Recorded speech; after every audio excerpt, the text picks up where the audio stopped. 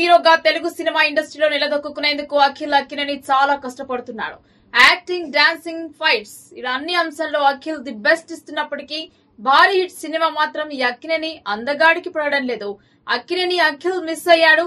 Nani block buster కొట్టాడు. ఏ సినిమానో తెలుసా? Cinema ఇండస్ట్రీలో అక్కినేని వారసత్వాన్ని కొనసాగిస్తూ హీరోగా ఎంట్రీ ఇచ్చాడు అఖిల్. మనంలో ఓ స్పెషల్ రోల్లో నటించినప్పటికీ హలో సినిమాతో హీరోగా ఎంట్రీ ఇచ్చాడు.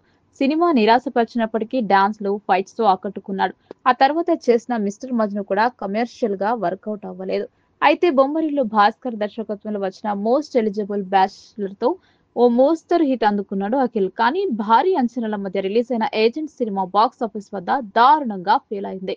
2023లో ఈ సినిమా రిలీజ్ కాగా ఇప్పటి వరకు అఖిల్ నుంచి మరో మూవీ రాలేదు. ప్రస్తుతం లెనిన్ అనే ఓ సినిమాలో నటిస్తున్నాడు అక్కినేని అందగాడు. ఈ సినిమాతోనే అయ్యగారు హిట్ కొట్టాలని అభిమానులు గట్టిగా కోరుకుంటున్నారు.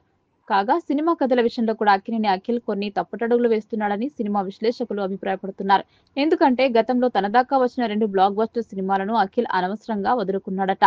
ఆ సినిమాలను చేసిన ఇతర హీరోలు చేసి బ్లాక్ బస్టర్స్ అందుకున్నారు. స్టార్ హీరోలుగా క్రేజ్ అందుకున్నారు. అఖిల్ వదులుకున్న సినిమాల్లో ఒకటి నాని హీరోగా వచ్చిన దసరా సినిమా కాగా ఈ కథ మొదట అఖిల్ దగ్గరికే వచ్చిందట. అయితే వివిధ కారణాలతో అక్కినేని హీరో దసరా సినిమాను వదులుకున్నాడట. కట్ చేస్తే ఈ సినిమాతోనే నాని బ్లాక్ బస్టర్ కొట్టాడు. ఈ మూవీ ఏకంగా 100 కోట్లకు పైగా కలెక్షన్లు సాధించింది.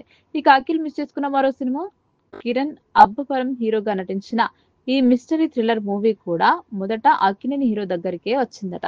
కానీ పెద్దగా ఇంట్రెస్ట్ చూపలేదట. కట్ చేస్తే ఈ సినిమా కూడా 50 కోట్లకు పైగా కలెక్షన్లు సాధించింది.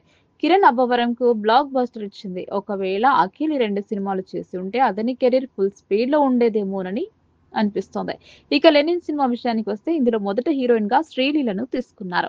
అయితే ఇప్పుడు ఆమె స్థానంలో భాగ్యశ్రీ బోర్సెను కథానాయికగా ఎంపిక చేసినట్లు తెలుస్తోంది. త్వరలోనే ఈ సినిమా ప్రేక్షకుల ముందుకు రానుంది.